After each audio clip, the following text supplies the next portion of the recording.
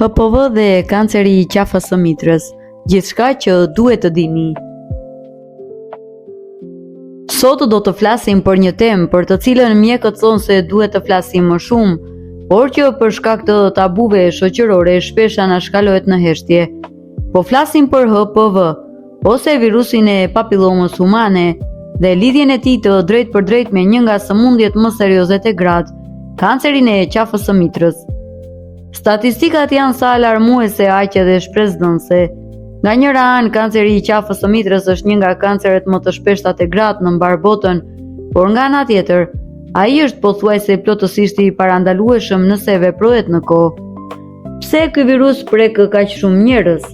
Si lidhet ai me kancerin dhe cilat janë hapat që çdo grua dhe çdo burr duhet të ndërmarrë për t'u mbrojtur?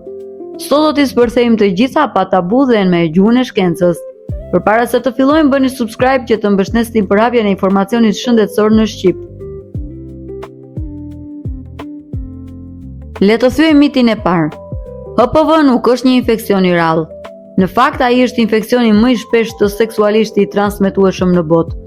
Studimet tregojnë se rreth 80% e njerëzve seksualisht aktiv do të bien në kontakt me të paktën një tip të HPV-s gjatë jetës së tyre. Ekzistojnë mbi 200 tipe të këtij virusi. Pjesa më e madhe e tyre janë krejtësisht të padëmshëm dhe sistemi ynë imunitar i pastron vetëm brenda 2 viteve pa asnjë pasojë. Por viruset HPV ndahen në 2 grupe të mëdha. Tipe të rrezikut të ulët që shkaktojnë lytha, në lëkurë ose gjenitale, por që nuk shkaktojnë kancer. Tipe të rrezikut të lartë, ku më kryesorët janë HPV 16 dhe HPV 18. Janë pikërisht këto tipe që nëse qëndrojnë në trup për shumë vite mund të çojnë në kancer. Si kalon virusi te kanceri? Ky proces nuk ndodh brenda natës. Duhen mesatarisht 10 deri në 20 vjet që një infeksion i vazhdueshëm me HPV të rrezikut të lartë të shndërrohet në kancer. Virusi futet në qelizat e qafës së mitrës dhe fillon të ndryshojë ngadalë ADN-n e tyre. Këto ndryshime e quhen gjenidje parakanceroze ose displasi. Gjatë gjithë kësaj kohe gruaja nuk ndjen asnjë dhimbje dhe asnjë simptom. Kjo është arsyeja pse quhet një proces i heshtur. Nëse këto qeliza të ndryshuara nuk pikasen dhe nuk trajtohen, me kalimin e viteve ato kthehen në kancer invaziv.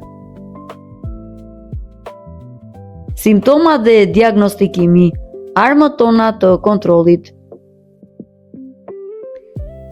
Kur kanceri i qafës së mitrës arrin në faza më të avancuara, ai mund të japë simptoma si gjakderdhje të pazakontë, për shembull pas marrëdhënieve seksuale ose midis ciklit, sekrecione me erë të pakëndshme apo dhimbje në zonën e legenit.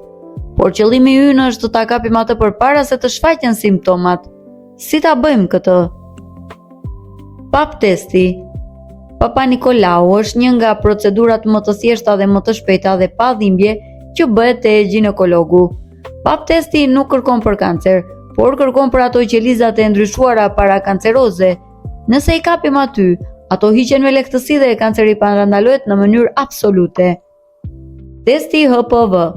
Ky test kërkon drejt për drejt praninë e gjenit të virusit në qeliza, duke treguar nëse jeni i mbartës të llojeve të rrezikut të lartë. Parandalimi dhe vaksina. Shpëtimi i jetës. Tani le të flasim për lajmin e mirë. Ne kemi në dorë një armë që mund ta zhdukë këtë kancer nga faqja e dheut. Ajo është vaksina kundër HPV-s. Kjo vaksinë mbron ndaj tipeve më agresive të virusit që shkaktojnë pjesën më të madhe të rasteve të kancerit të qafës së mitrës. Ajo është më efikase kur bëhet përpara fillimit të jetës seksuale. Zakonisht rekomandohet për vajzat dhe djemtë e moshës së 9 deri në 14 vjeç, por mund të bëhet edhe më vonë. Po, e dëgjuat mirë, vaksina rekomandohet edhe për djemtë. Pse?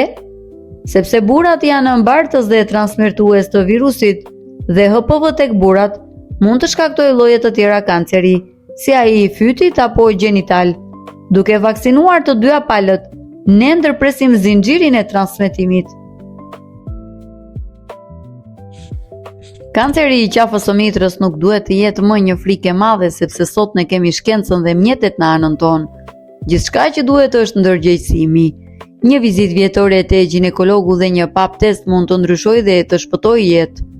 Bëjeni këtë premtim për veten dhe kujdesuni për shëndetin tuaj.